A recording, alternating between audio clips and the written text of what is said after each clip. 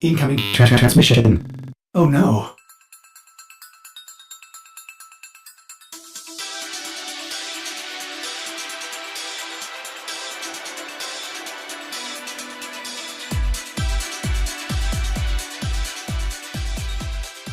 Welcome to TennoTalk, episode 3. I'm your host, Rebecca, and accompanied with me is my lovely co-host, Jeremy.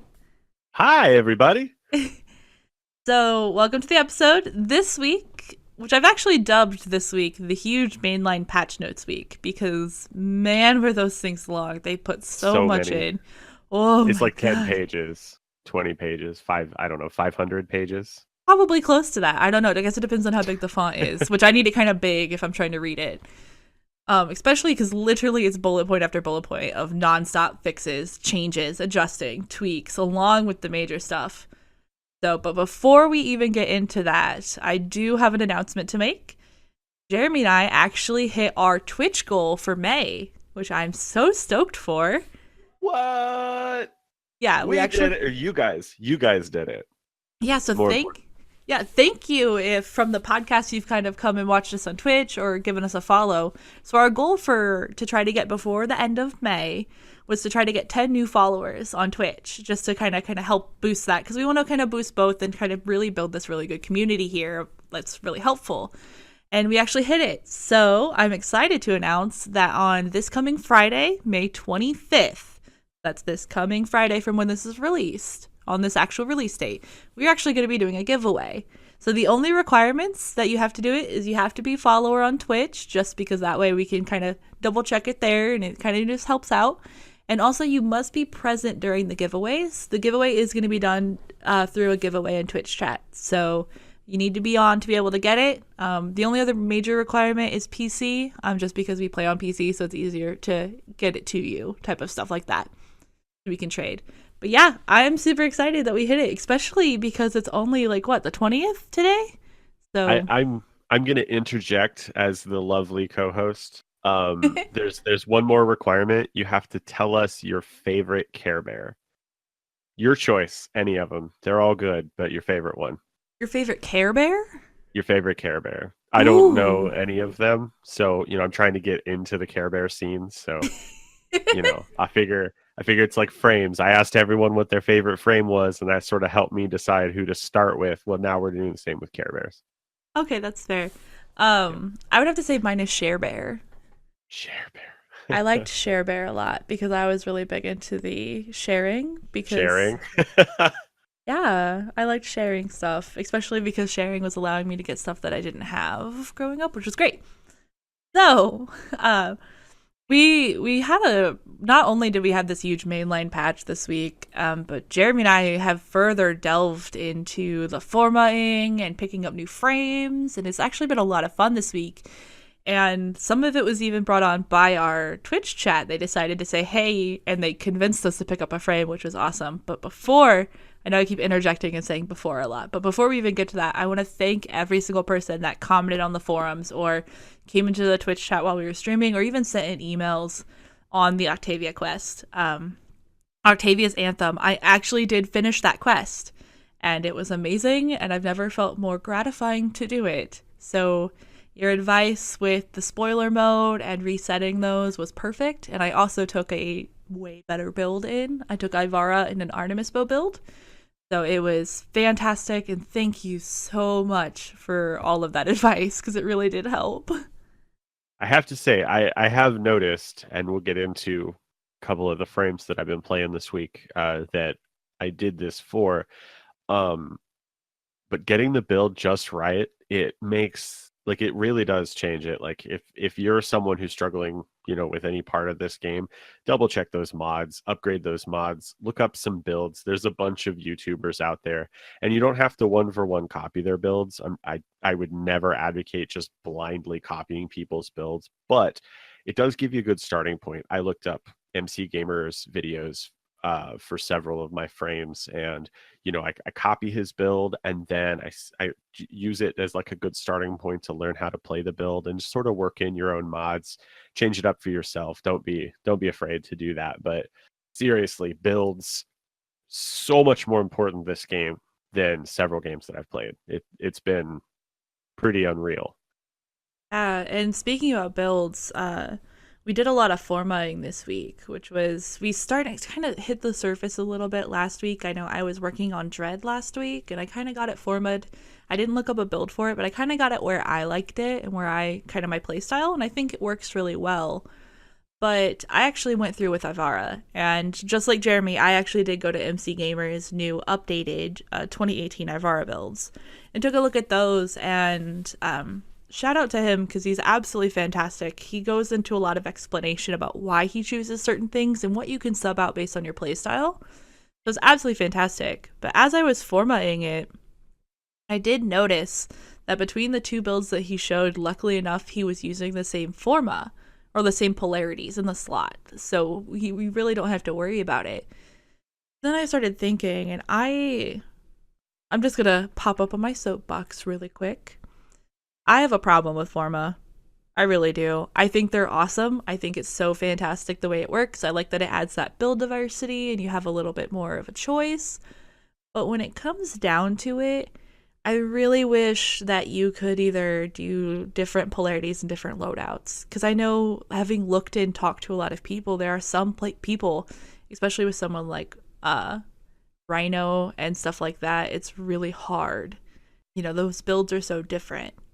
I've seen sort of the basis for this that I've seen on the internet, the interwebs in various places, is some people keep a second version of some of their favorite frames because they needed to swap polarities, especially in like the aura slot.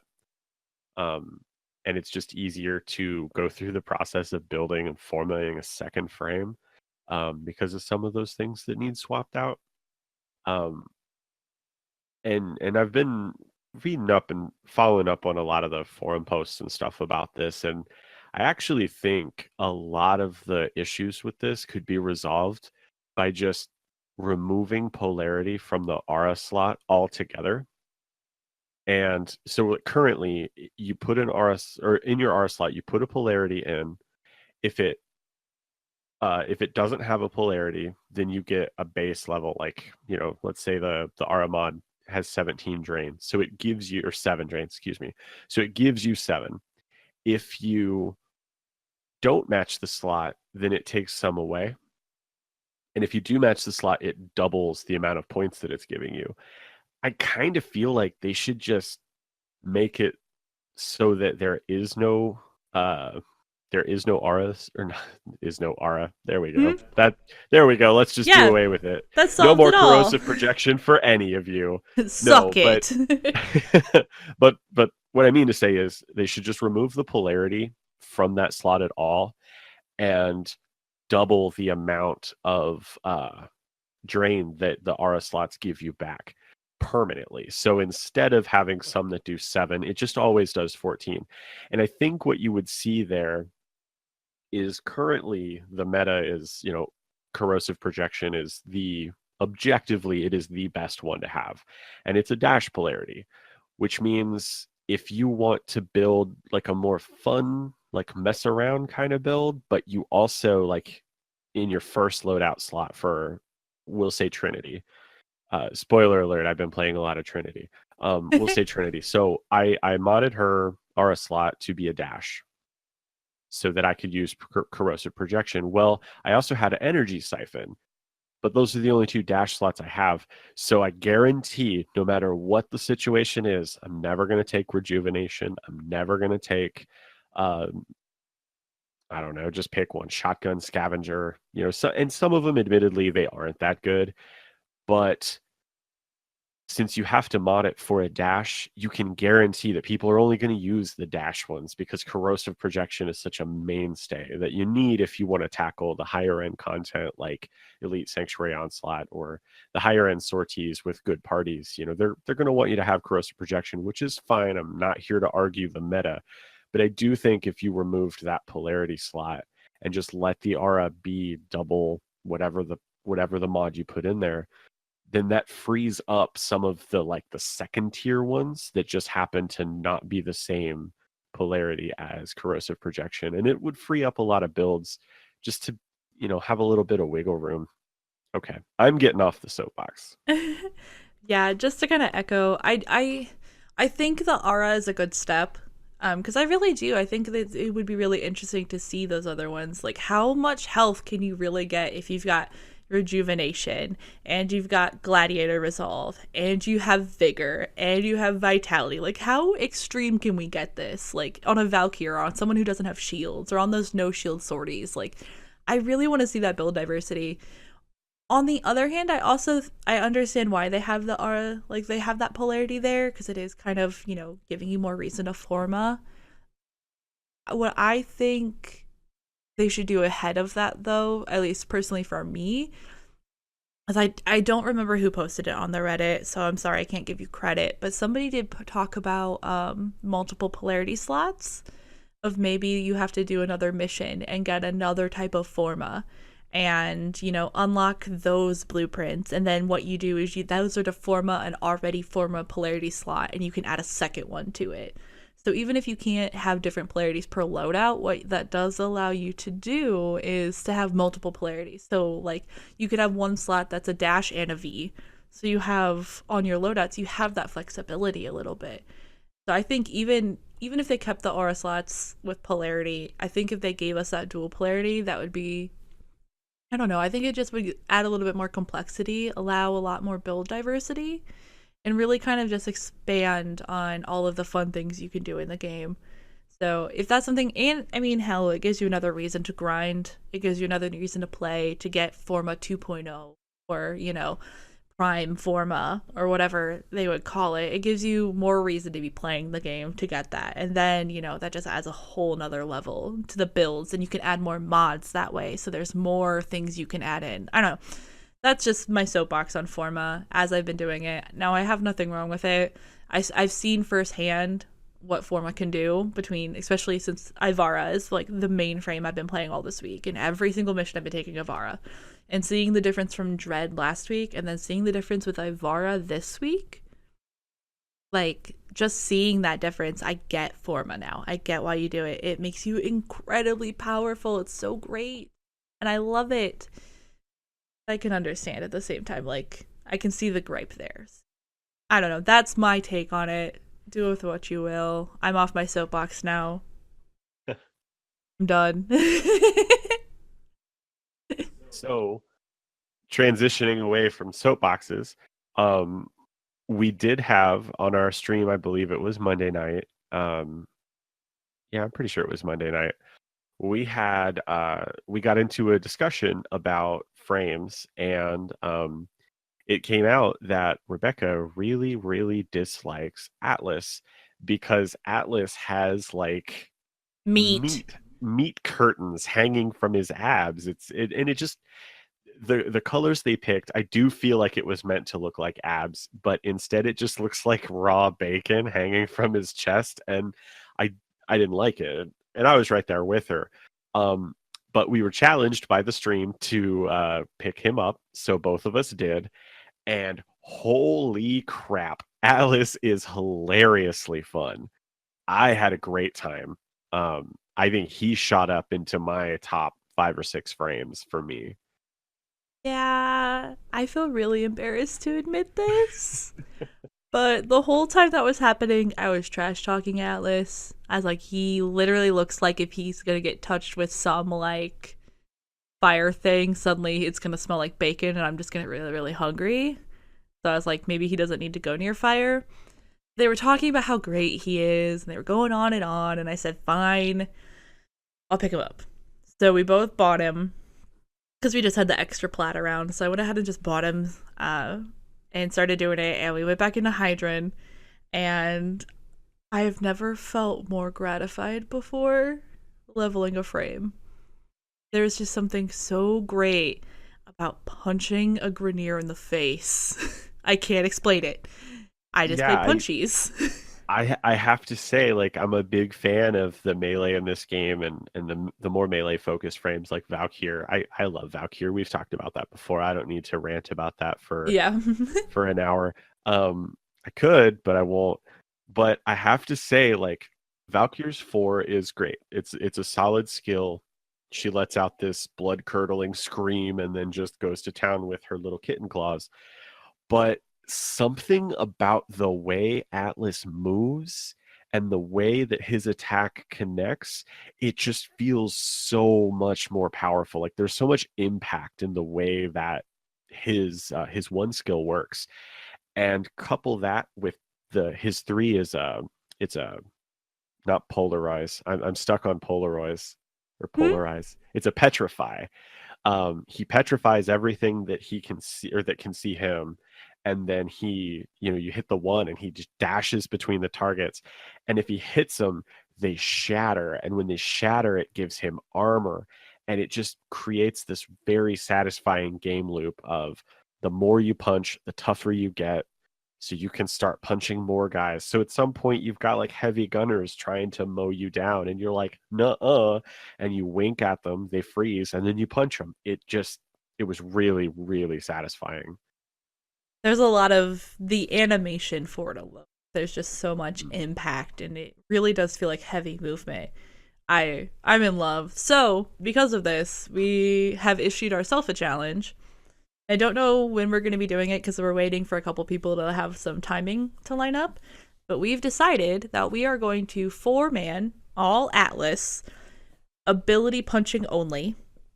So you can only use your abilities, no bows, no nothing. We are going to go through a spy mission. The goal is to get through the entire spy mission without a single alarm going off, with 4 Atlases punching stuff. Because So there was. Do you want to talk about where it came from? yeah, I was just gonna say. So a little backstory for why.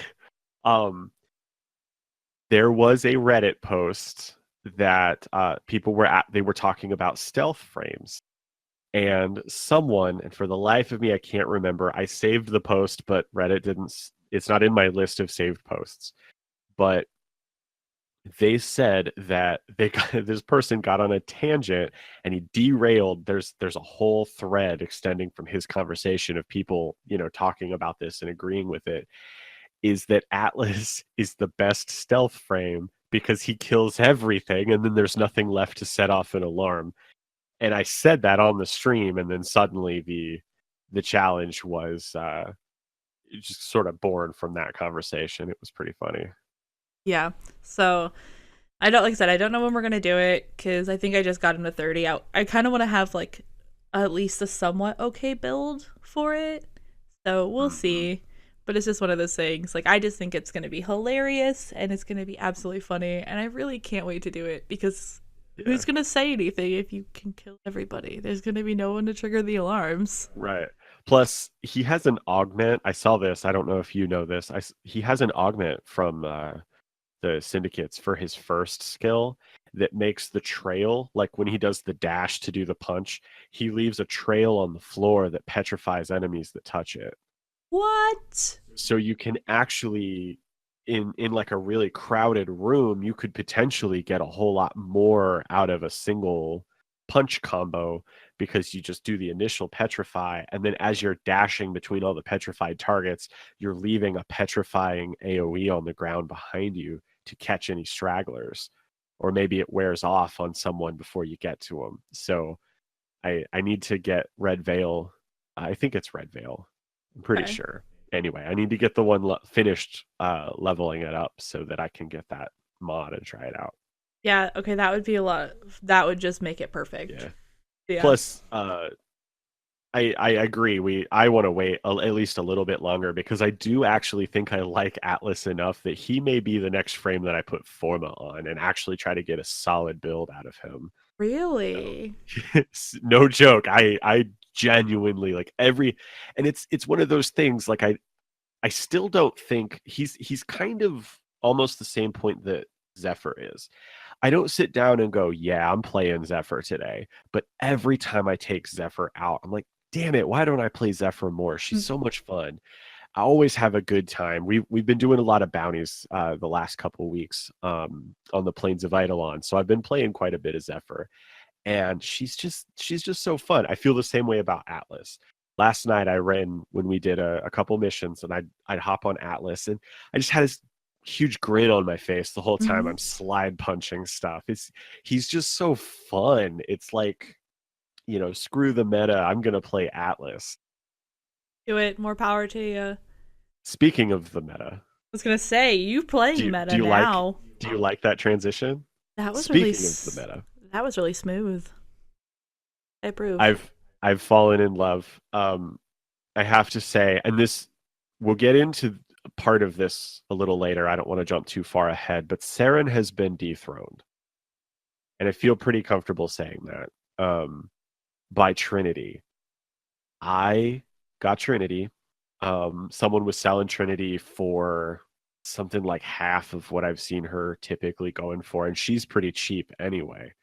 Um, but they were selling her for like 50 plat or something. I usually see her going for 75 to 100. And I got her for like 50 plat. So I jumped on that. And I went ahead and I built her. I had all the parts. She's one of those, I think she's a slightly older prime. So her crafting requirements are a little lower than like some of the newest primes. So and she'd just been sitting in my refinery for or my foundry for a while because I hadn't pulled her out because Rebecca has her, and Rebecca doesn't seem super over, or she seems kind of just whelmed by her. And my brother Yeah. has her, and he doesn't like her. He says he just can't get into her. So, but I want her for the MR. So I went ahead and built her, but I just kind of left her in the foundry. And then for some reason, I was just like, well, we were doing some MR grindy stuff yesterday. So I was like, I'll just go ahead and level her. And by the end of the day, I'd put 4 forma into her. I'd bought Energy Vampire, and BBQ was gracious enough to give me corrosive projection. I now have 2 of the 3 meta builds finished for Trinity Prime. And I have not. I used to play a lot of support. I did some healing in like Wildstar, and I'm usually always the tank when we play like traditional style MMOs. And I haven't been doing a lot of support stuff in this game. I've been playing, if I've been doing support, it's been stuff like Harrow, which is a very offensive style of support. But I love having a healer. I love being the healer in this game because there's a little bit less pressure than like Final Fantasy 14 healing, where Yeah. you gotta be tight on that Hmm. heal. Yeah, props to you for tanking and healing in that game. I don't know how you did it. I'm pretty sure I like aged 20 years by trying to tank and heal and DPS in the Right, statics. Ugh. That's a right. discussion for another day. But yeah, I think I feel pretty comfortable saying that Trinity and Mesa have started the process of dethroning Saren and Valkyr for me. And I think Atlas and Ash might be right there on their heels to round out, my top 5. It's absolutely hilarious because I remember going into the changes this week when we were looking at the Saren changes, and they all sounded really good, and we were super excited. And we were like, yeah, this is going to be great. And then by Friday, Saturday, suddenly it's just like, well, I think it's just Trinity now. Like, that was it. So, yeah, I'm very intrigued to see what happens. For me, it's really nice because now I have a dedicated healer, and whenever I don't have an overshield, I can yell at him to do his job, which is great. I don't have to do that anymore. Yeah. Um so I guess sort of transferring into Saren. I know I talked about Saren at length last week and all the changes and how excited I was. I had a week from hell at work, so I did not have, by the time the big patch went in, I only had about an hour to play before last night, and I didn't even log in Thursday. Uh, and Friday we did the stream, but I was feeling pretty crappy. We just kind of putzed around, did low key stuff on Friday. So because I had back-to-back 16-hour days at work, and most of that was driving, so I was pretty beat. So I finally got to actually play Saren yesterday before I started rolling Trinity out, and um, I don't dislike the changes to her, but this is just initial reaction, and I know there's some stuff coming up from Pablo, but I don't dislike the changes to her, but it set me back as far as skill goes. I'm still pretty new. I'm still getting used to it, and I think Grineer defense mission is probably a bad place to test out her build and her new changes. But I was kind of underwhelmed, and I know a lot of that was my performance. I fully, fully believe that. I'm not saying she's weak, because the general consensus seems to be that she's broken beyond repair and is overpowered. And if they nerf one little thing, then she'll be the worst frame in the game. The community seems to be pretty all over the place as far as that goes. Um, but yeah, I'm not entirely sure how to feel about Saren. And I will say, I guess we can temper this a little bit.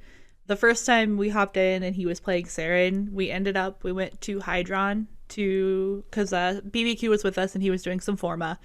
So we were like, well, let's go to Hydron. It's a low-key defense mission. We can kind of figure this out. I was starting to forma stuff, so it was a perfect time to do it. I was leveling the Amprex and a couple different weapons. And we went there, and our first one in was me on Ivara and 3 Saren Primes. So everybody had spores, and it was just very underwhelming because, you know, everybody was at a different power curve and a different level and a different, like, build. So it was really just, like, crazy. Like, everything was dying to spores. I didn't know what was happening. So I think maybe once we try it in higher level missions or something that's not a defense mission, like an exterminate or a survival, maybe something that we don't have to move a lot, that opinion might change. But from what I've seen and what I've read, I have Saren Prime. She's only rank 20 right now. I don't know if I'm going to play her. I think I'm going to sit her on the back burner for a while until they finally fine tune where she's going to be. I think that's what I'm gonna do. So if you don't follow like the Warframe devs and everything on Twitter, Pablo is he's the main man for Saren, Harrow, and Nidus. He's like the main designer for those, and 3 really solid frames, by the way. They're good. He has said that they are looking at some of the issues and some of the complaints, because it seems to be that Saren is too weak in the lower level ranges because her spores kill stuff too fast, and then she has trouble transferring those spores on since she can only cast it the one time. And then on the higher level stuff where enemies have a ton of health, her spores, they keep ramping up in power to the point where she's just pulling down absurd numbers, and they take so much longer to kill, so those spores spread really fast. And so in like Elite Sanctuary Onslaught, like towards the later levels in that, she's doing really, really well, way better than probably she should. So Pablo has said he wants to kind of pull back a little on the top end, but also bring her up in the lower end to sort of meet in the middle. And he's being pretty vocal, and he's reassuring a lot of people. He likes the play style, and he likes the way she feels, and he likes this new mini game take on, it shows you how many active spores you have, and it's kind of become a mini game of trying to keep that number up, and he likes that. So it sounds like that's not what's going away. It's just going to be some number tweaking at this point, but anything could happen. I think I don't want to say back burner. That sounds so bad for being, I know. Like 6 days ago, or not even 6, like 4 days ago, she was my favorite frame in the game. And now I'm kind of trying not to say back burner, but I do think I'm going to wait probably another week, and we'll see kind of the direction they're heading with these changes, because I just started the forma process for her, and I don't want to get the forma. I don't want to do any more forma until I kind of see where her build is going to settle down. So I think I'm going to wait, and I'm going to forma Atlas, and I've got a couple weapons that need some forma. I think I'm going to do that before I give Saren any more time. Unfortunately, I feel bad. I feel like Pablo, like, not that he's gonna listen to this, but I feel like he is, and he's gonna, like, it's gonna zoom in, and his face is gonna turn black and white, and hello darkness, my old friend will begin. Just like that gif of Steve. I'm sorry, Pablo. Okay, yeah, I definitely agree. I think it's gonna be a numbers tweak more than anything. From talking to people that have been doing Elite Sanctuary Onslaught, those numbers just get ridiculously high, And I think that's where the problem lies. So maybe putting a cap on it, or maybe slowing the progression of how quickly it builds, something. There's got to be a tweak in there that's going to make it work a little bit better. Maybe it ramps up really quickly and then slows down over time. I don't know, but I have full faith it's going to work. They're going to figure it out. Absolutely. And then I think once they figure it out and the community's done with their outcry, I think at that point what we're going to need is the community to chill a little bit and take a little time to try to figure out what builds work and accentuate what you're trying to do versus immediately crying, saying, I just formatted all of this and it's not working anymore. Yeah, I have to say, like, that is one thing that I do find a little bit on the frustrating side is it seems like when frames get nerfed, regardless of how severe the nerf is, and and people rightly so, I'm not bashing yet, hold your horses. People get upset because their frames got nerfed, and I get that, and I'm one of you. I definitely understand that line of thinking. But then it seems like they go back and they buff, but then that lingering nerf just kind of hangs over everybody's heads. And you have frames like Gera. Gera is in such a good place right now. But when you bring up Gera, like half the people online are like, oh yeah, Gera, she just got nerfed so hard. She's unplayable. Like, she's been buffed since her nerf. Like, she's in a good spot, but there's this tarnish to her reputation. And I think more than anything, that is what some people are worried about with Saren is like, if they take anything away from her, then there's going to be 6 months to a year of people saying, oh, Saren's garbage. She just got nerfed, even though, even if they bring her like right in line where she should be. And I bring this up because I saw 2 different people on Pablo's Twitter this morning, who said, please don't give her the Ember treatment. I'm like, Ember is a solid frame. Granted, they did nerf her 4 skill, and she does have some scaling issues, but who doesn't? We weren't really meant to be fighting level 1000 enemies. Like, that's sort of a non-argument in a way. Yeah. But I saw people saying that, and I was like, Ember's fine. Like, what's going on here? She's not the meta. She's not the best frame, but she's fine. And that I'm hoping there'll be enough of the stalwart. And I mean, it's kind of funny. It's I consider it like the reverse relationship issue. It's what happens you see it in video games, but like not in relationships. Because when you think back to old relationships, you could have it 2 other ways. You either think of like the nostalgia rose-tinted glasses, and you're like, oh, there were some good times. I kind of miss it. Or your brain just goes to, oh my god, and thinks of every single bad time, doesn't think of the good time. So I think in this one, people are just going to have to try to force themselves to let go of some of the issues and let go of the fact that they're quote unquote nerfing her, and then reapproach it with a level head. Kind of chill a little bit and say, all right, they did this, but what can I use to my advantage to make it better? What mods do I have that I can use to make this better? And it will happen. I think it'll just take time. So the last little footnote I have before this episode becomes all about Jeremy ranting again is I got Rhino Prime this week. Yep. So now we can move out of the spreadsheet part that says Jeremy : Yep. My talking points are now checked. Yep. And if I could remember right, you got Rhino Prime cheaper than the last time you bought him and then sold him. Yeah, I got him cheaper than I sold him a few months back, or about a month back. So net win. Yay! Yeah, net win. I already spent all that plat, so it doesn't feel like a net win in my plat account, but yeah, it is a net That's game. Fair. that plat just keeps going down and down. I need to get it back up, but I'm so focused on Ducats right now. I'm just bad at selling stuff. I feel like I need to sell full sets. So Yep. I'm right there with you. So if you were playing Warframe this week, you know that huge download we had on Thursday, the huge mainline.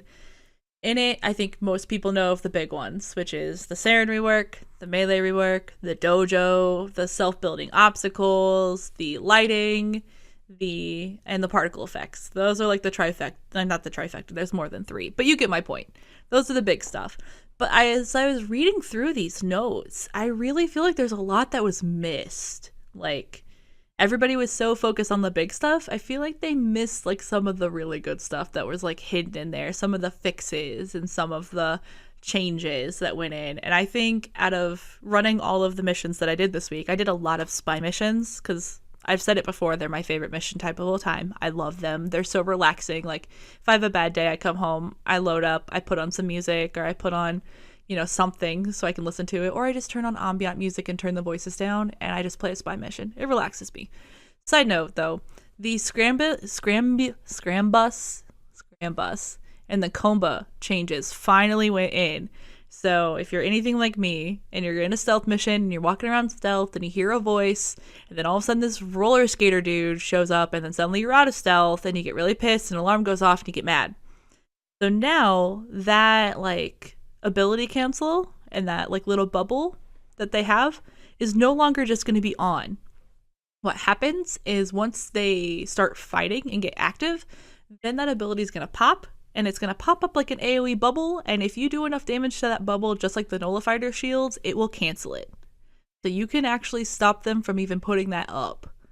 Or you can do what I do and just headshot them in the back before they even see you. But gone are the days when I'm walking around in Prowl on Avara, and I walk around a corner, and then suddenly I'm out of stealth, and everything's magnetized and like glitching, and I can't use any of my abilities. I am so excited that this is in, because I literally hit that on Monday, and I was super pissed. So that's my favorite change. And like I said, there's a lot in here. So did you find anything that like what's the most exciting thing that you found, Jeremy? I don't know if this is the most exciting. But I did think this was kind of neat because I stumbled onto it naturally last night because I mean, you all know I love my fashion frame. I pulled up the Tenogen Cyandanas and there was one that just recently came out, the Mushusu. It's the one that looks like a shark fin, except it's freaking huge. Yeah, the shark on steroids. It's now animated. What? I didn't see this. So it has 4 or 5 different spines coming off of it, right? Yeah. Those spines now very slowly and very interestingly, they move up and down. So it's not one rigid thing with a bunch of spines. Like they kind of move almost like a breathing kind of pattern. It's really cool. It definitely, like when I first saw it, I was like, it's really cool, but I don't think I'd buy it.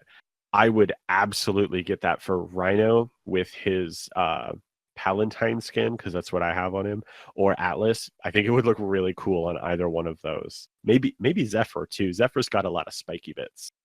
So you can't see my face right now, but I was literally in a shock face that entire time you were talking. So we saw that, and originally when I saw it, I was like, oh, it's like, I want to wear that around and make the Jaws theme. Like, because there's a smaller one that DE did that's like the small shark fin, and it literally looks like exactly like a shark fin. But the fact that that moves, so yeah. I'm pretty sure once we're done recording, Jeremy and I are going to have a conversation, because I'm probably going to want to buy that. Because the fact that it moves is so cool. And I don't care what frame I have to put it on. I will put it on every single frame.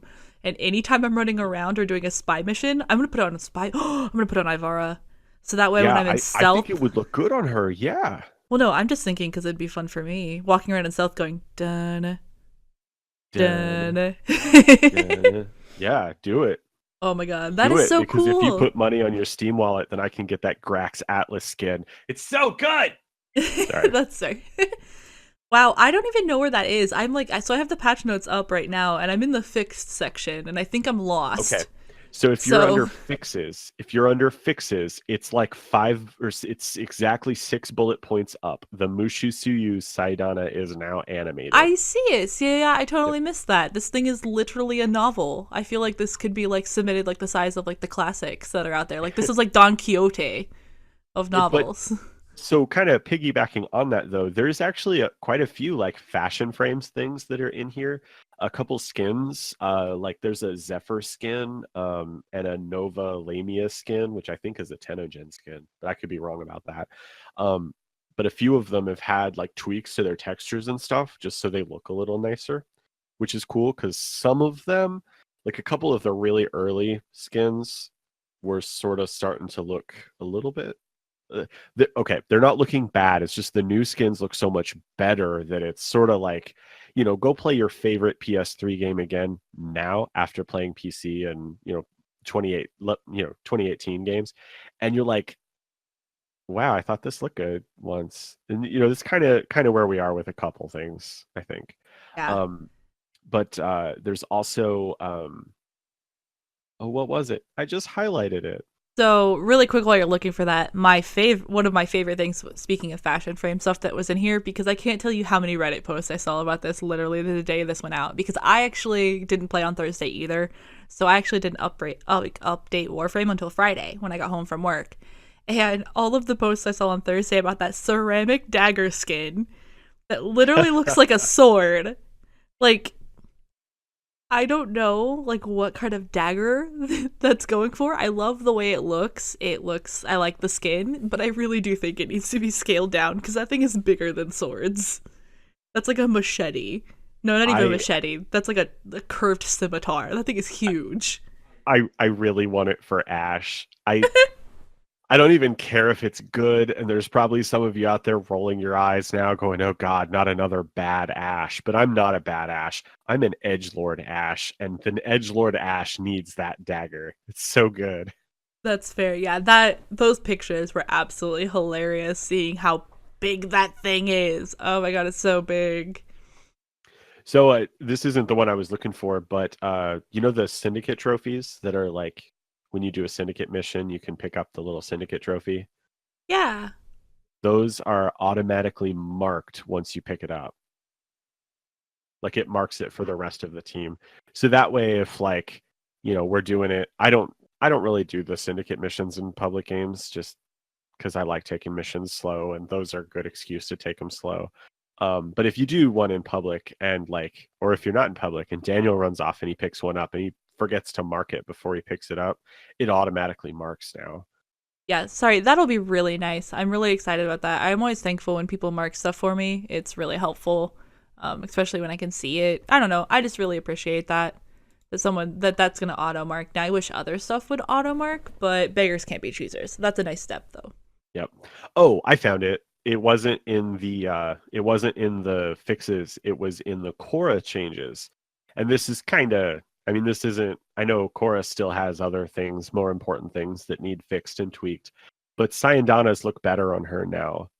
I haven't seen this in game. I just saw it on the patch notes. I didn't play Korra at all the last couple of days, but I'm wondering if, because depending on how you have Venari set, she has spikes.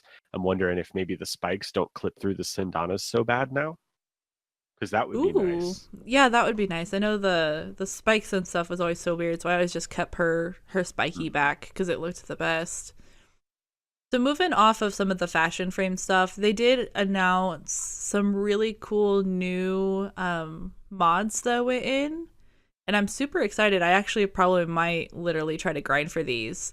They came from the Samaris offerings, and they're new Sentinel precepts. They came out for Worm, Jin, and Carrier. The Carrier one is Looter, and it was a rework. So it now destroys loot crates within 12 meters. And if you, on the actual update post for it, where you can see all of the patch notes, they have, a little gif of this so you can see it destroying everything. And as much as I love to smash pots, this would be perfect. It would take away the enjoyment of me smashing a pot, but it would smash the ones I forget, which is always nice. Because I always forget some, and then I see it when I go back, and the next thing I know, they're waiting at an elevator or waiting at, extraction, and I'm still running around smashing pots. The one I think I'm most excited about is Worm. Worm's new one, Negate. So what this is it says, exactly, this is the wording, Sentinel prevents status effects from applying to its owner once every 5 seconds. And that is huge for me. Status effects every 5 seconds, it'll prevent it. That means if I'm, just trying to run through and do some forma-ing and I kill a Nox, I might not get the poison or the toxin, and that's great. And then the last one is the Jinn, which is Reawaken, and is upon death automatically revive itself after 90 seconds. That one is super strong as well, because I can't tell you, we were doing bounties yesterday trying to get a certain mod out of them, and I'm pretty sure one of them, my Prisma Shade, was dead the whole time. So it'd be really nice if it could revive. Oh yeah, most of the time on the plains of Eidolon, my Sentinels die. That's why I either take my Kavat because you can res them, or I just don't take one at all. I should probably take my Kavad out more. I just never take her anywhere. I feel kind of bad. She's like the little lost kitty that just kind of sits on my ship and I play with her every once in a while, and that's it. So yeah. So they added another one. They added is those skiff ships in Plains of Eidolon. Yeah, I saw this. Yeah, you can ride them now, or not. You could always ride them, but now they're a little easier. They had a on the patch notes. If you look it up, they actually have a GIF of Loki using Switch Teleport to steal one right out of the air, and I've never really wanted Loki until that moment. I saw that and I was like, okay, maybe I need to pick up Loki. Yeah, I think the cool thing is when we first went out into the plains and did some bounties, I found out that when they're on the ground you can get them, and I hate them up in the air. But the fact that you can just shoot the pilot out and it glides down to the ground and then you can go into it, or if you're on your Arcwing, you can do a finisher from behind and take over the ship, like throw him out and stuff. Like that is really cool. And I actually did see this yesterday. We were running bounties on Avara and I was using my Artemis bow and I happened to shoot it up there. And one of the shots from the Artemis bow actually hit the pilot and knocked him out. And I was like, how did I do that? And then I was like, oh yeah, if I had a way to get up there or I went and found it, I could totally go steal it. But then someone else shot it and it exploded on the way down. So I wasn't able to get it. But I did shoot the pilot out of it and I felt like a badass. And to sort of, I guess, maybe just encourage this behavior, they have gone in and they made the projectile damage. It went from 250 to 450, and the magazine size from 50 to 75. So they're just, it's a little bit more worth stealing it because now the guns actually are going to do some damage. I mean, it's still probably not as good as any of the weapons you're bringing, but gives you some crazy mobility and stuff on top of that. So it's kind of cool. And I guess now they're going to spawn more often.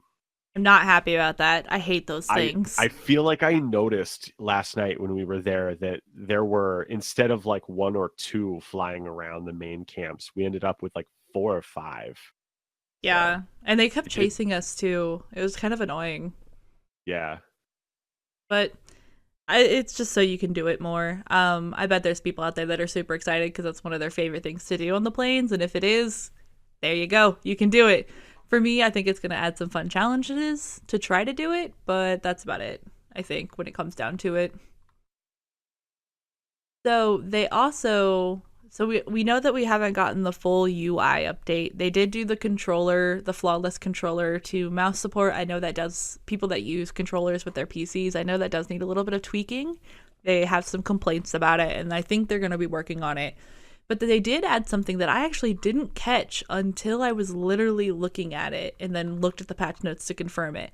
But when you go into that operator, like when you pull it up on your ship and you're trying to like look at that, it actually now has a full new UI. So instead of clicking like operator mode and then clicking focus or appearance or whatever, or operator, now you'll click just operator on that escape menu.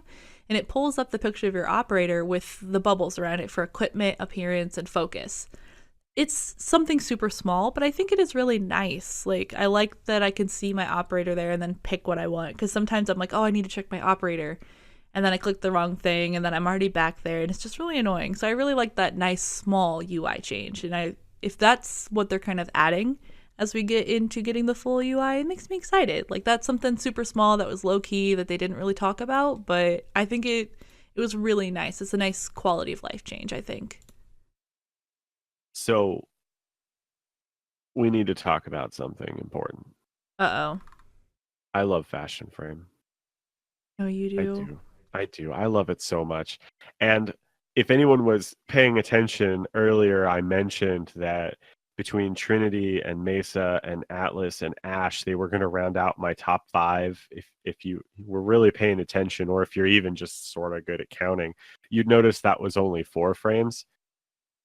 That's because Equinox's new helmet came out, And between my already kind of wanting to play Equinox and how freaking gorgeous this helmet is, I think she's going to be my number 5 because this helmet is so good.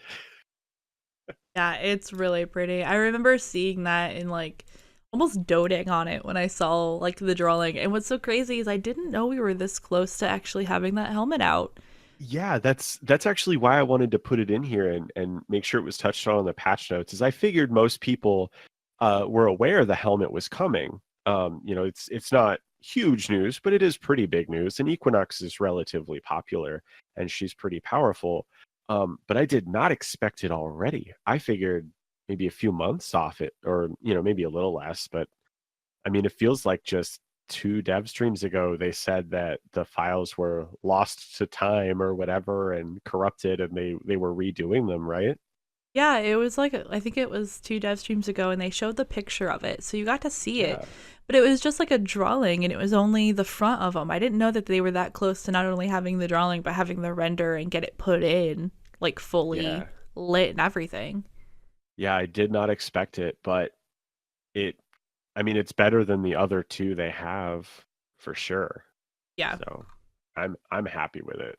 So I went ahead and I probably should have just waited for it to turn up, because the alt helmets do turn up for the alerts relatively frequently. But I just went ahead and bought it.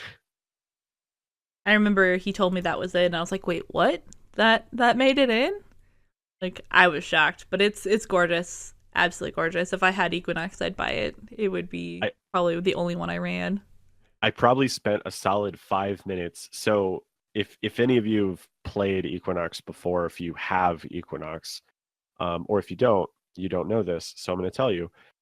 Sort of like Nidus, when you're in the appearance section, you can actually click down at the bottom on the right-hand side of the screen. There's a button that says Metamorphosis, and you click it, and it'll actually cycle between her day and night forms. So you can get an idea of what your fashion frame is going to look like in all 3 of her different forms. Well, if you leave it on day form or night form, and then you go and try on helmets, or you try on other, like the Tenogen skin, you can see what the skin will look like in that form instead of just her default form. Oh So wow. I probably spent 5 minutes switching between my colors, and then switching to day form, go try on the helmet, switch to night form, go try on the helmet, switch to normal form, go try on the helmet, switch all my colors, switch to day form, try on the helmet, switch to night form, try on the helmet, switch to both forms, try on the helmet, switch up my colors. I probably spent a good 5 minutes doing that. And I was like, okay, I'm just going to buy it because I'm still looking at it. Yeah, I So figure if you it put that can't, much time, just buy it. yeah, I mean, it was getting kind of annoying. I was like, so that is one thing. I don't know who works on this sort of thing, but I'd love to be able to switch between her forms and switch Nidus's, with his carapace opened up and his mutation at full. I would love to be able to switch to those things while you're previewing stuff in the store. Like on the market? Mm-hmm. Yeah, I Yeah, could see that. that would be nice. Just a nice little bit of quality of life change. Yeah. But yeah, the helmet is beautiful. And once I find, because I'm just that vain, once I find a good color setup for her that I really enjoy, I'm gonna start playing her a lot more. Because she's she's kind of where I'm at with Saren, is she's really complex and there's a lot of parts to making her work properly. I am not good at her, so I feel a little overwhelmed, but I really do want to get there because she's really cool. And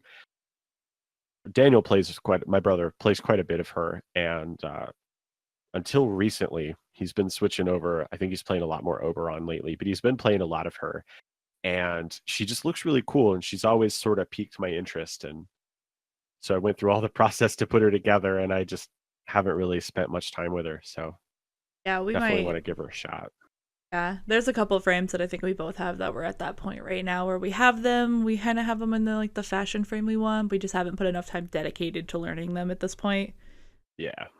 We'll get there. I'm going to be playing this game for a long time, so Oh yeah.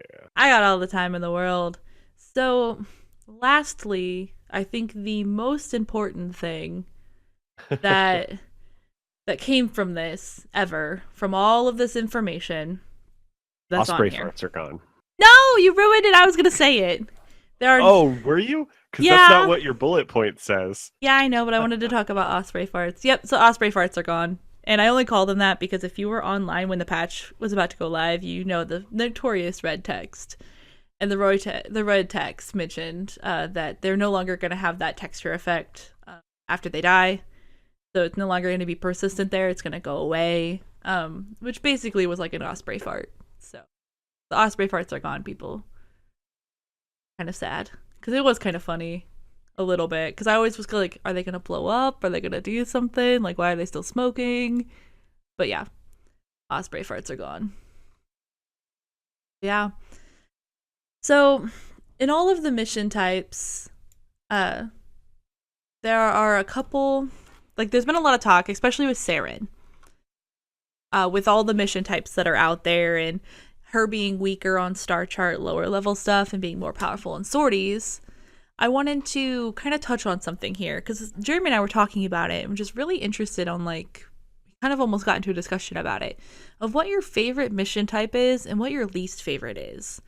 So I know that that can change too, based on whether you're solo, you're in a party, you're in a pub group. So I thought it would be really interesting because I think we actually have different thoughts on this of what our favorite is and what our least favorite is.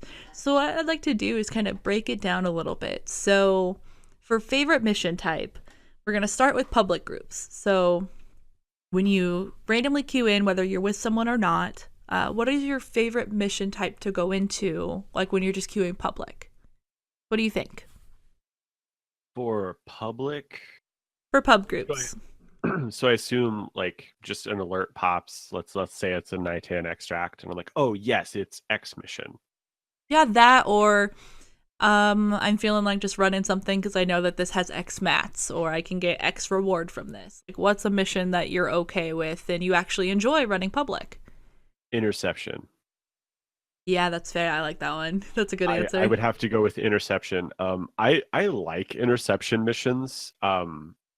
They've kind of grown on me over the time we've been playing the game. I used to just absolutely dread when they'd pop up. Now I don't mind them so much. But I'm going to go with them for public missions because I actually think they might rate towards the bottom as my least favorite. They might. I don't know for sure. I'd have to think about it, but yeah, they're tough by yourself, I think. Yeah, unless you use your Force Spectres and stuff. And if you figure out a way to know how to run those solo, please let me know. I never use my Spectres. I use them more for the puzzles on Lua than I do anything else. That's fair. So I think for me, when it comes to pub missions, I think my least favorite, or my favorite mission for public, probably gonna have to be Exterminate. And the reason why is, one, because usually you have to kill a lot of stuff, which is really nice. Everybody's zooming around. I don't have to worry about constantly being dogged down, especially against infested. But it also lets me lag behind a little bit. So if I want to go a little bit slower than everybody else, I don't feel like I have to be at the front constantly. Yeah, my stats might not. If I'm going to level something, probably not going to do public. But it does allow me to kind of like look around, especially if it's someplace that I know I need resources from. It lets me kind of say, all right, you guys go play, have fun. I'm going to collect resources. And I'll kill stuff if I see it. But yeah, I was going to say it because of the way Exterminate missions work and the way stuff spawns, it doesn't take you out of the fight completely. Yeah, because stuff still spawns near you. Yeah, you're still pulling your weight. You're just not competing on the front lines with that Saren Prime that's wiping the floor with everybody. Yeah, for me, it's more, all right, I'm going to get my kills. I'm going to get some kills. I'm going to, farm some stuff and get some resources. So I think Exterminate. And plus, they're really laid back. I think that when you go in, everybody has a clear idea of what needs done. And it's one of those, you go in, you kill, you get what you want, and then you leave. So that one, I don't feel bad getting rushed in because it's literally just been collecting mats and stuff like that. So yeah, that'll be my favorite. It's interesting. That was actually one of my thoughts was Exterminate, but for the opposite reason. I was thinking Exterminate with public so that I could brag to the imaginary people paying attention to what I'm doing about how much more kills I got than somebody else. Like just sort of like just a bit of a competition that they're not aware that they're participating in, just trying to, stroke, be a badass. Broke that EP. I mean, yeah, I was trying very hard to avoid saying that, but I'll yeah, that's say it. exactly what I'm talking about. I'll say it. All right, so party. Favorite mission type. Well, actually, let's go to the least favorite. Let's switch over. So, least favorite mission type for public. I think for. I kind of am between two, so I'm going to let Jeremy go first because I'm hoping that he's landed on one so I can kind of narrow it down for myself here. For me, least favorite mission type to run in a pub is capture. Capture is super easy, don't get me wrong, but it never fails when like a Nightan alert or something pops and it's a capture mission. Someone in the group will blitz their way there. They'll get there first. They'll one-shot him with the Tigris Prime or something, and then they'll be at extraction, and I haven't even left the spawn room yet. And I it's not that I don't like doing it, it's just that I feel like I'm not participating. I feel like that guy that just runs straight to spawn, or not spawn, but runs straight to extraction and AFKs the whole mission and just is like totally comfortable with letting the group carry him. I feel like that guy in capture missions in public. So I do them, but I don't like it. Yeah, I can see that, especially when I think it's less annoying when it's an alert because everybody's literally there just to get what the alert's going to give you. They don't care. But if I was doing star chart stuff or I was trying to like get something and I was like, yeah, I have to queue for this capture. I'm going to queue for this capture and made that conscious decision, that is a low down there. I think for me, I was between two. I was between spy and rescue. And I think the one I'm going to pick is rescue. I think rescue's the worst in pubs for me. Spy, not so much because they might be able to solve the puzzles. But for me, rescue's the worst because people blitz through it. And I'm no stranger to stuff going quickly. But rescue is also sort of a stealth mission. And nothing is kind of more infuriating than to finally get into the place where they're keeping the person that you have to rescue. And everybody runs in, someone starts attacking a warden, the alarms go off, and then everybody's trying to get to them, and somebody's, already running through, heading towards extraction, because they're like, oh, they set off the alarms, I already got it, I don't have to worry about it. And then there's that panic moment of, oh my god, where is he? Is he gonna die? Type of thing, that time limit. And I think it's just so frustrating. Like, if you treat it like a stealth mission, it's better, but, ugh. It's funny, too, because someone always attacks the warden. No. It always does, and it's really annoying. All right, so we're going to start the opposite way this time. We're going to start with the least favorite mission type to run with a party. Now, this is assuming that you're either running with a 4-stack or any sort of amount of party where it's you and another player. But you know them, right? It's yeah, like but you know them. Party. Yeah, so it's like you and your Warframe buddies or you and your real life buddies. So basically, you get together and you say, hey, hey, Jeff, let's go run this. Or, hey, Bob, Tom, and Jeff. Or Jerry. Tom and Jerry is better. Like, Bob, Tom, Jerry, and myself all get sit down and we're playing Warframe together and we're going to go run this. What is your least favorite mission type to run with a stack? And it could be you and Bob, you, Bob, and Tom, or you, Bob, and Jerry. It's just you are only the people in there and you know everybody. I'm Larry, and this is my brother Daryl, and this is my other brother Daryl. Exactly. I actually don't think I have one here because I'm thinking of like if you and I and I don't know, my brother and barbecue were running a mission. I would have to say it just defaults to like mission types that I just don't care as much for, but that's not really answering the question. Like, Arcwing, that Arcwing mission where you've got to chase the ship through the asteroid field. Like, I mean, I don't like the mission, but it has nothing to do with the party comp. So I don't know. I actually don't think I dislike any of the missions because at least I'm, playing a game with people that I like. So even if it's a bad mission, we're probably in comms, we're probably at least chatting. I don't think I have an answer for this one. I hate to take that, I hate to weasel out of it, but I genuinely don't think I have an answer for this one. See, I actually do. I do have an answer for this one. And I have two different answers because it depends on a very specific thing, whether you are all in voice communication or text communication or not. So if everybody's in voice communication and it's fine and we're relaxed, we're having fun, my least favorite, surprisingly enough, is survival. Because, at least if you have friends like me and family like me, that we all like to be hallway heroes. So everybody kind of runs off, somebody gets, chasing down the rabbit hole of doing that, and then suddenly everybody's life support's draining, and then you're like, all right, we gotta regroup, and we gotta go find somebody, and if someone dies, they're way over there, and it's really annoying, even if you're in text, like, if you're talking, that happens, because, I even did that last night. We were doing a survival mission for, I don't even know where we were, but we were doing a survival mission, or a defense mission, one of those two, but it, involved killing stuff, and stuff was constantly spawning. And I kind of just ran off on my own and just Artemis bowed an entire hallway, and next thing I know, they were halfway across the map, and I had to run and try to catch up to them and try to get that life support again. So even though I was talking to them in Discord, I was like, oh shit, we were just talking about something else, and, I just let it get away with me. So I think survival, if we're all in voice comms, is one of my least favorites. I don't know. Maybe it's a little bit different depending on the size, but just knowing the people that we play with, sometimes I'm just like, stop being a hallway hero, come over here. I don't want to have to go all the way across the map to res you, so you're going to waste all your revives type of thing. So that's number one for me. And then I'd have to say, if we're not in voice chat, and we're just kind of like shooting the breeze, doing like regular stuff, one of my least favorites is hijack. I don't like it. I don't like it one bit. I just hate that mission overall. I don't like the type of it. Now, luckily enough, I do have really nice players that will build and take what's good for it versus that. But I think I just have more trouble with that one, with, people getting bloodthirsty, wanting to go get kills, or they're, happen to try to be leveling something or something like that. Like, I just don't like hijack. I think that's the one mission that even if I was playing it with people I liked, I would still hate the mission. I just wouldn't like to do it. It would be my least favorite mission.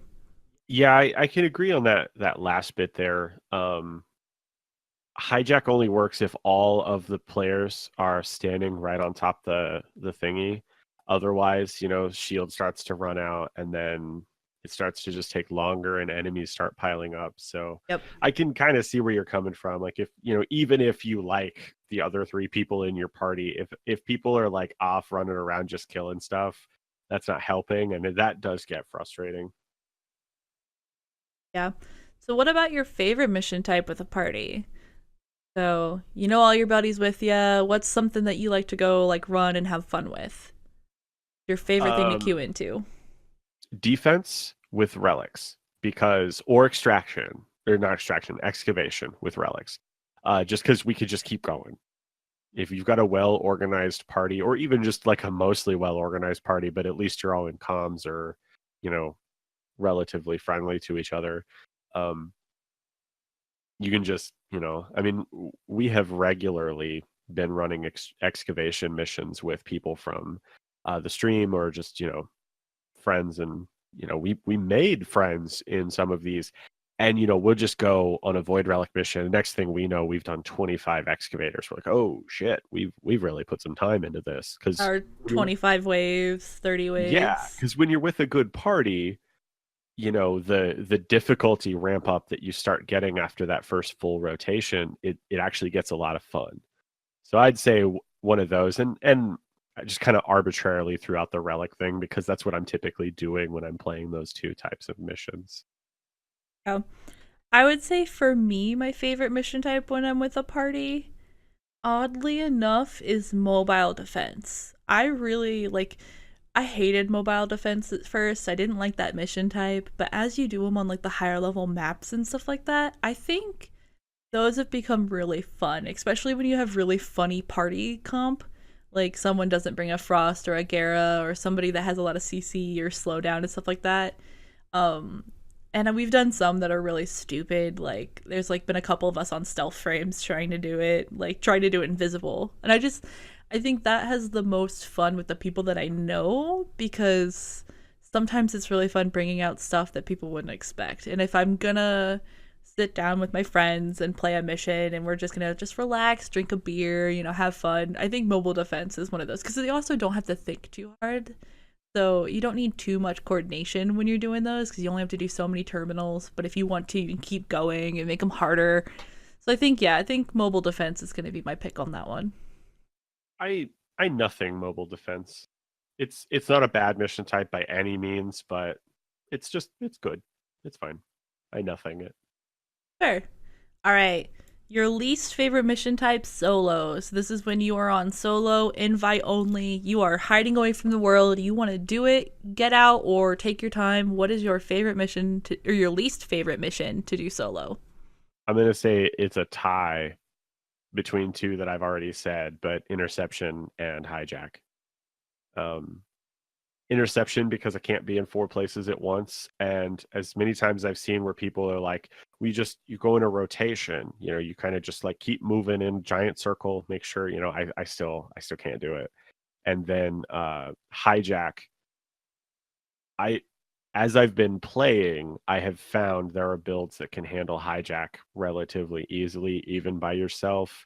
But when we were first going through that star chart, especially before you and Daniel started playing with me a lot, hijacks were like a giant wall I couldn't cross. Even I probably did 10 or 12 tries on the first hijack mission you come across. I'd just gotten Rhino, and I was just barely scraping by the time I finished it, and it took several tries. So it's still, when I see it pop up there, I'm like, I'm just gonna wait for even just one other person, and I'm fine. Yeah, I can kind of agree with those. Uh, they make sense. I agree with you. I don't know how interception works, and I don't have frames that have enough shield regen and stuff like that to do hijacks, so I can't even imagine doing those. But I still think I have one that is worse for me, just because I think it's a little hard, and that's the defection missions. Like, where you have to power up the different life supports, and you have to go escort these defectors and give them health and keep them safe. I just hate those. Like, ugh. I'll admit I haven't done one of those solo, so I don't know how bad it is. I'm to the point now I don't even want to try. Like, I don't like doing those in public groups. I don't like doing those in parties. I can't imagine doing them solo. Like, that's the one that if I, like, am just playing by myself and I don't want to interact with people and I don't want to, like, feel rushed, I will never in the life of me pick a defection mission. Ever. I don't care if it's going to give me 12 Nightan alerts, but I have to do it solo. No. Oh, I'll do it. 12 Nightan? You could almost build one part of Valbon Prime with that. You can almost build a part to build a part for Valbon Prime. Yeah, I hate defection missions. Plus, I know that, like, some of the parts that drop in there are really good if you get to a far enough rotation in the AABC cycle, but I would rather just spin plat at that point. You will not catch me in those. I just don't like running them. I think every single time we load into them, I just groan. I just go, that's how you get a part of Hera. I know, so crap. That's gonna suck. Well, I'm gonna be AFK at extraction, and you guys can do it for me. Thanks. Oh, okay. Well, you're still gonna have to go pick it up. Okay, just tag it, and I'll run out, grab it, and come back. All right, for the last one.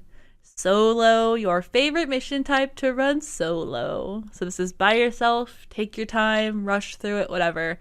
What is your favorite solo mission? Survival, no question. Really? Absolutely. Huh. Because the reason for it is survival is fun, and you can just kind of, test builds, test yourself, test your personal mettle against the enemies, and the enemies find you don't have to go looking for them like in extermination missions and stuff like that. And I like doing survival missions in solo because, one, we talked about holding people hostage last week. You don't have to be concerned at all about how long you're in there, and on top of that, you have total control over when you use the life support charges. So that's fair. for my inner control freak, I don't have to worry about what anybody else wants to do. I can be a hallway hero if I want, or I can sprint from one end of the map to the other and back and forth and never slow down, or just camp right near one of the life supports on Frost and just hang out until it gets too low. It pretty much lets you do whatever you want. You can go looking, like if you're doing it on Lua or the Derelict, you can go look for the special puzzle rooms and stuff. And I don't know, I just survival, hands down, final answer. Money, please. I bet mine's not going to come as shock. Nope. He knows I know what it is. You haven't even said it. I know, he knows what it is, because it's literally my favorite thing to do, and it's spy missions. I love spy missions. I love it because I can take my time, I can walk around, I can kill stuff, I feel like a total badass. I can, it challenges you to try to think of it. I like to go into the ones that I've already solved them, like I know how to do it, and try to solve them another way. Like, challenge myself, say, all right, we go into this one, and I know I can bullet jump straight on top of this and drop down a broken glass, and I'm inside and I can hack it, no problem, Bob. But what if I go around this way and I try to take the elevator?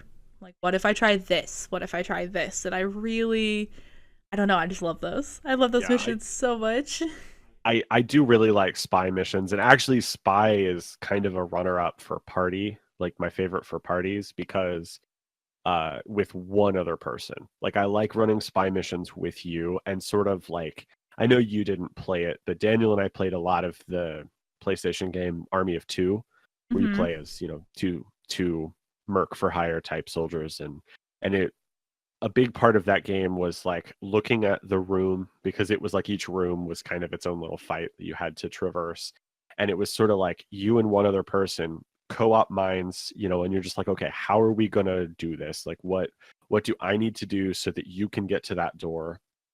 What do you need to do so that I can get caught up with you without setting off the alarms? And that's a lot of fun. I think spy missions are great, but they're my favorite, hands down, no questions. Money, please. Money, please. They're my favorite. So I'm curious what you guys think. Definitely email us in and let us know what your favorite and what your least favorite are. I'm really curious, like, what everybody else thinks, because this is just the opinion of the two of us, and I know somebody out there probably really likes defection missions, and I want to know that you like them, so I don't think that they're just garbage and need to be removed, because I really kind of feel like that. I really do. So, to wrap up our show today, I found out, thanks to some people that responded to our podcast posts on the official Warframe forums, they kind of let us know about what's called these fan concept for Warframes, which I did not know that this place existed at all. I didn't know that it was available. I didn't know that this was something that was actually on the official forums. So I was kind of going through them, and I found one that I really liked, and I kind of wanted to talk about it a little bit and kind of highlight this, because I think this is a really cool idea. I'm not going to go into like the specific numbers of everything, of like how much health, shield, armor, energy, etc. I'm going to definitely make sure to put a link in the description below so that you guys can go check this out as well. So this one is called the Warframe Concept, and it is called Faber. And this one was submitted to the official forums by Roxa9, who's a PC player. So this is on the PC side. And the really cool thing about this is it says Faber, the architect of destruction, wielding the power to create objects from hard light, Faber protects and destroys. So instantly, as soon as I read that, I was like, wait, hard light? This is like Green Lantern with space ninjas. Okay. And it was like energy color. Like, I immediately started going to the energy color. Like, what energy color? Can I change the color of the hard light? Like, this would be really cool. So the cool thing that I like about this post too is they also include drawings of most of the skills and the frame itself. So it's really cool. So I'm just going to touch on the abilities and kind of see what Jeremy thinks, and I'd love to hear what you guys think about it as well. So the first one is Radiant Cube. So basically, I'm not going to read it verbatim, but you create this cube of hard light that provides cover. And if you melee strike it, it will hurl it towards your foes. So it's kind of similar to Atlas, but instead of having to use the one skill to punch it, you can just melee attack it. And you can have 3 cubes out at once, and you can create them for defense or you can create them for a better view. And if you look at the picture for it, it shows, popping one up and hiding it, and then hitting it with a sword and it going and hitting it. And then it also shows stacking them. So essentially, you could stack them on top of each other and then climb them and stand on them. And it gives you a vantage point. And I think that is such a neat idea, as like a builder class that can build vantage points for people. Yeah, so if I can just interject a little bit. Yeah, go on ahead. So what I like about this is it's kind of drawing from the stuff that we already have, like you said, with Atlas, sort of limited with Atlas because his wall is pretty tiny. No offense, Atlas. You're my homeboy, One Punch Man. It's not the size of your wall, it's how far you punch it at your enemy. Exactly. Sorry. But I it also sort of like in the drawing where Faber is standing on top of the 3 blocks, you see what looks like, I'm going to say, Excalibur holding the Bratton and a Trinity Prime. That's what I'm going with. They're hiding behind the blocks, so they're using them like cover. And I love the idea of mobile cover because that's something that hasn't been explored a whole lot. You do have like Gera and Frost who can create these force fields, that enemies have difficulty crossing or can't cross, whatever. But you don't really have like, I don't know, this reminds me more of like Volt's shield, where when Volt can pick up his shield and move it. So it's a very limited spot of cover, but it is a little bit of cover. And I like it. And I like the idea that you could stack it, so you could hop up on top of it. Outside of the planes of Eidolon and whatever the planes of Venus is going to end up being called, I don't know that you'd actually need to stack 3 blocks, but it's cool. And it's just giving players more options. I like it. Yeah. Also, these cubes remind me of Energon cubes from the original Transformers series, and anything that harkens back to my childhood with Transformers is going to get a thumbs up. I like this skill. This is cool. Yeah. I think it'd be really cool, especially if you got 4 of them in one party and you built a city or built bridges. You could totally, Faber's building a house. Yeah, you could do Faber obstacle courses and build obstacle courses inside of stuff. I don't know. I think it'd be really cool. I think it's really neat. With only having 3 out at once, you could easily do it like a teleport type, or not like a teleport, but you could either do it like Frost's ability where it stays there, but you can only have 3 and then it will time out eventually, and you can bust them and they explode, or you could do it something similar to Ivara's, her AoE stealth arrows, her cloak arrows, where once you cast a 4th one, the first one you placed goes away. The oldest one does. So it has a lot of benefit. Yeah, that's how frost bubbles work. Oh, yeah, I didn't know but something like that. There could be a fun interaction there where you could bust it and stuff like that. One thing I would like to see from this, and it's not illustrated in the picture, is if you're playing Faber and you drop one of those cubes, and I jump up on top the cube, and then you punch it, do I get to surf on the cube until it hits its target? I need the answer to be yes. That would be amazing. Well, speaking of breaking stuff, the second ability is called Blockade. And basically what you do is you summon a massive wall fixed to its position, so it's a little bit heftier, a little bit stronger. And you can do multiple walls, and they can be placed on top of each other, either vertical or horizontal surfaces. Not bound, but they can't do them completely to flat surfaces, so you can't make a step out of them. No, it's saying it's not bound to completely flat surfaces. Not bound. Got it. You can't put it anywhere. Yeah. So essentially it looks like from the drawing is you can stack them up a little bit and make a platform to stand on and stuff like that. And if you throw the radiant cube at the blockade, so the one skill, if it happens to hit it, it will cause it to shatter and fall in the direction the cube was sent, which also would cover it in razor sharp hard light shards, which is really cool. And it would also destroy any other walls that are attached to it. So you could shatter the whole wall. It's like if you had all max 4 walls up and you hit it with a cube, you could shatter all of them. They'd all break. It's really neat idea. Again, it's more of that builder thing. So I really like the idea of a builder class. I don't know why. I just like builders. I think they're really interesting. And there isn't really a lot of builders in this game. There's people that summon stuff and have pets and stuff like that, but there's not a builder. I don't know. I think it's really cool. What do you think, Jeremy?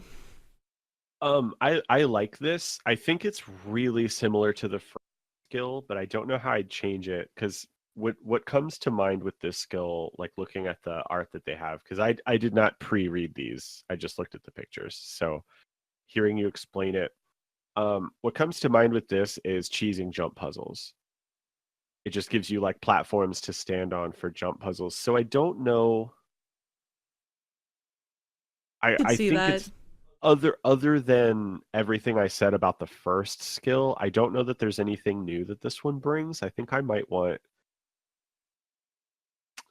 I see the problem is I'm not a game designer, so I can't really say like, "Oh, this is better than your idea," because I don't have anything to replace it with. I just feel like it's very similar. Now, I really like the idea that it shatters when you throw the brick from the first skill at it. That feels very much like, Gara's mass vitrify with her one skill, shattering her own stuff, or Frost doing that. I like that quite a bit. And I like the idea that it gives more cover than the one skill, but I kind of feel like it needs to do something else, but I don't know what because I don't want to take the building stuff away Yeah. because that is pretty unique to the game and I want to really double down on the building stuff. So I like it, but I think there could be a little bit more done with it.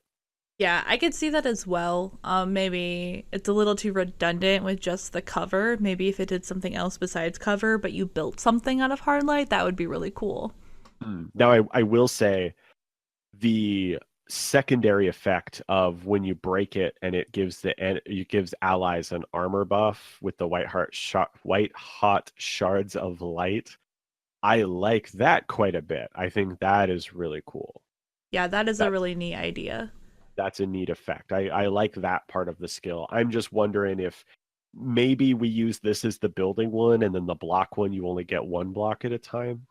I don't know. Like I said, I don't want to say like this idea is bad and my idea is better, but I do feel like we could do a little bit more with the second skill. Yeah. So the third skill they had created is called Diamond. It's essentially, well, if I can talk today, essentially what you do is it summons one of three unique traps: spears, lasers, or sentry. So the spears is basically a spear trap, so when an enemy steps onto it, it punctures them with spears.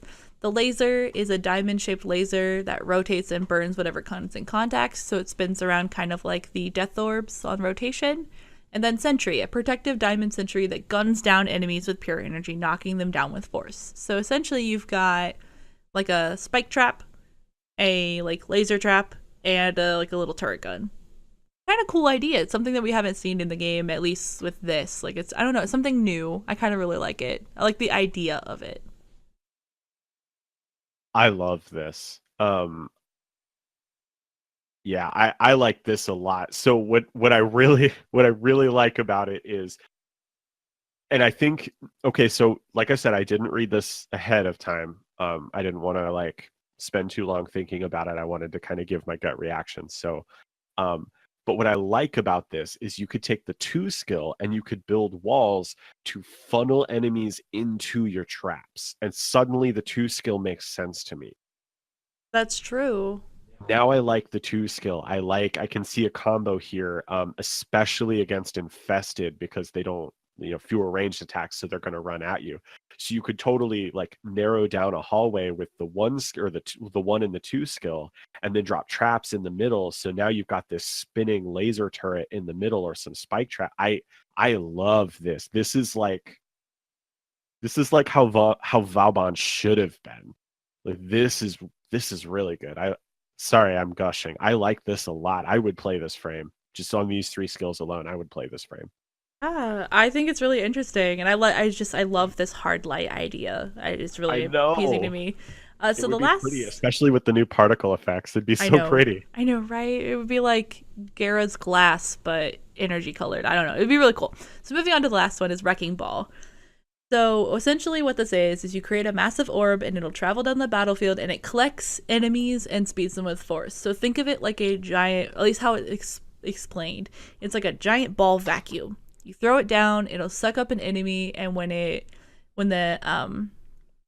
So basically it says, I'm going to read this verbatim so you can kind of get an idea. It says, energy is consumed with each enemy taken. So it's a channel skill. So each enemy it takes up, that's when it takes the energy away.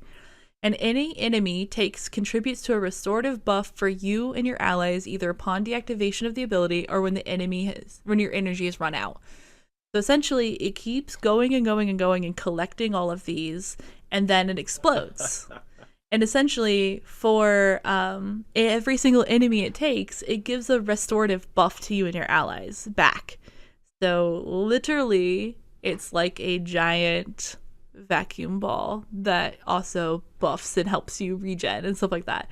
And then it also says that if it also runs into a blockade, it becomes a spiked ball of terror, which I just like, a vacuum spike ball of terror. DE, please reach out to Roxa9 and make this happen. I love this. Yeah. Overall, I think. Sorry, go ahead. I'll let you get your opinion out. Oh, I don't know if this would be like meta changing or if this would be another one of our another one of our frames that are like, oh, this is really good, but I'm going to go back to playing my meta frames, because it could be, I don't know. But yeah. I really like this concept. This is fun. This is all of the skills seem to work together in a very interesting way. The 4 skill has I like that it sucks in enemies, but it also it becomes a spiked ball of terror when it runs into one of your own blockades. And yeah, going off of the idea that you had, is I really like the idea of, you're in an open area at the end of a hallway, so you put your blockades up, you line it with traps, and then you just bounce the wrecking ball in between it like Mirage's geometry. So it just bounces back and forth on the blockades and sucks all the ones up from the trap, and then you get healing, and then you explode it, and it's done. And then you set it all up again and do it again. I think it's really cool. Overall, I think this frame is really interesting. I think it would be really cool because it brings a builder in a little bit, and it really would make for some alternate, almost like crowd control, but inadvertently, instead of actually affecting it, it's more of saying, hey, you can't come out this way, and hey, you can come out this way. So I think there'd have to be a lot of game design of not making it too OP and making sure that you're not just blocking spawn doors with it, so the enemies can still, and you can't be too trolly with it, but I think it'd be cool. I think that's kind of the beauty in the design, though, is it wouldn't be OP, because the first skill is going to do some damage. The second skill doesn't do any damage. It is literally just a unique form of CC. And after reading how the 3 skill works, I do legitimately take back what I said about the second skill. I understand that what its purpose serves now. I get it. And the way they wrote out the spears, the laser, and the sentry from the diamond, the three skill, it does look. What I like about it is it's like Vauban. I think it's Vauban. Anyway, it's like him, but his skills don't seem to do any damage. They're all hard CC. There's a trampoline one and a tripwire. This seems more offensive, so I feel like in a way it's just flat out better. I feel like this is the better Vauban. This is what Vauban could have been. Maybe buy this. DE should buy this off Roxa9 and then just make this how Vauban works now. This is Vauban now. But I like this. I like this a lot. I would play this frame for sure. Yeah, it's definitely a really unique idea. Going back a little bit to the trolley, I can see them having trouble, how Limbo is the trolley frame right now. I can see there being issues, if you're trying to do Sanctuary Onslaught or Elite Sanctuary Onslaught, where those spawns really matter. Somebody going through and putting a wall in front of all the doors so that nothing can get out, and being super trolly with it. While I agree with that point, we already have the potential there with Korra and Gera for blocking off doors so that spawns can't get to the rest of the group. That's already a problem that exists. So I will say it's not that much of a problem though, because with Gera, the friendlies can walk through it and can see through it. And I'm assuming you're talking about Korra's Strangledome, it still damages them. So it still does damage even though it might not kill them right out. This is literally like a wall that would protect cover. So you're talking about something that you might not be able to see through, not be able to shoot through because it's cover. Well, I mean, it doesn't specify either way. So I think just for the sake of ease of use, friendly party members can shoot through the wall. Yeah, and I guess that would fix it. But yeah, that would just be a design thing. But overall, I really think this is interesting. I think it brings something new. I think it brings something interesting. And if a frame like this went in, I would honestly buy it. Or I would at least farm it and try it out. Because I think it'd be fun. It's something that we haven't seen in Warframe yet. We haven't seen this idea of a builder. Like a true builder. And that's what we need, because I've seen some people, not pointing at people specifically in these forums or anything, but you know, I have seen some concepts come up, and it's like that exists already. You know, you just switch to the element out. And I know I made like comparisons to Valbon, but this doesn't feel like it would play like Valbon, because this is using building structures and sort of like refortifying defenses. But I've seen some that's like, it's exactly Frost, but uses lightning, which means it's a Volt. But they wanted to, you know, they wanted an excuse to use the lightning skill or something like this. You know, DE needs, you know, what they definitely need to be looking for, like more unique ideas. And I definitely think this checks that box. So. Yeah, and that's the fear as well with getting so many frames and getting close to 40 and keep going, and new frames coming out and new primes coming out, and then this Umbra thing, whatever Umbra's going to be. I really do think that DE's at that spot right now where it kind of has to be careful, because there could be frame bloat where there's just so many of the same and it's just slight differences. So like, I mean, when Korra came out, a lot of people said Korra was just the lesser version of frames that already existed, because she had abilities similar to them, but it wasn't the same. So I think it's time like to maybe branch out again, get the weird Octavia and the weird Harrow and, you know, the really weird frames that are nothing like anything else, you know, and really embrace it and change it. So, but yeah, like I said, I just wanted to spotlight this. If you guys have any of your own designs or your own concepts, definitely post them on the forum, see what people say, and you can also email them to us, because we would love to read them and, you know, showcase them on here, like on the podcast, and read them out and see what everybody thinks and help get that community feedback a little bit. So the link for this will be in the show notes. Definitely check it out. We're also going to make sure that we link to the full Beast of the Sanctuary update from the mainline patch this week. And if you have any questions or comments or any feedback, or if you wanted to tell us what your favorite missions are or what your least favorite missions are, please email us in or tweet us at Tenno_talk on Twitter, because I really want to know. Like, I'm really interested to see what people is. And if you disagree, I'd love to know why. Like, why do you like this mission over this one? So definitely get a hold of us. And I think that will be all for our show today. If there's anything else, last famous words. Famous last words. Oh, you're putting me on the spot. Famous last words. Let's go with, this'll be awesome. That'll work. Alrighty. Well, thanks so much for listening in. Thank you so much. I'm so excited to see these download numbers coming in and all of our stats coming in. It humbles me so greatly to finally not only be doing something that I love of creating this, but also that you guys are enjoying it and you guys like it. So keep up with it. Keep playing Warframe and keep loving the game. And until next time, stay safe, Tenno.